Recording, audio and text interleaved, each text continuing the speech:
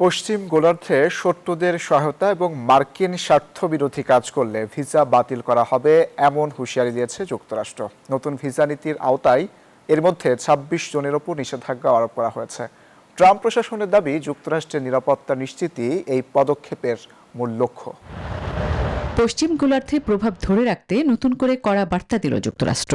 সতর্ক করেছে, যারা মার্কিন শত্রুদের সমর্থন করবে বা স্বার্থবিরোধী কর্মকাণ্ডে যুক্ত থাকবে তাদের ভিসা সীমিত কিংবা বাতিল করা হবে। যদিও নির্দিষ্ট কোনো দেশের নাম উল্লেখ করা হয়নি, তবে পুরো পশ্চিম গোলার্ধকেই এই সতর্ক বার্তার আওতায় ধরা হয়েছে।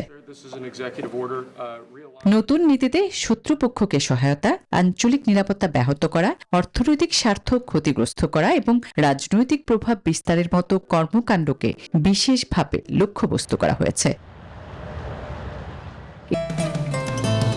বসুন্ধরা টিস্যু, অশুদ্ধতার বিরুদ্ধে এক বিন্দুও ছাড় নয়। এরই মধ্যে ২৬ জনের ভিসা বাতিল করা হয়েছে। যুক্তরাষ্ট্র বলছে, জাতীয় নিরাপত্তা ঝুঁকির অভিযোগেই এই সিদ্ধান্ত নেওয়া হয়েছে, যা আন্তর্জাতিক অঙ্গনে নতুন উত্তেজনা তৈরি করেছে। বিশ্লেষকদের মতে, লাতিন আমেরিকায় চীনের ক্রমবর্ধমান প্রভাব ঠেকানো এবং আঞ্চলিক নিরাপত্তা নিয়ন্ত্রণেই এই কঠোর নীতির মূল লক্ষ্য। আসমাতুলি, নিউজ 24।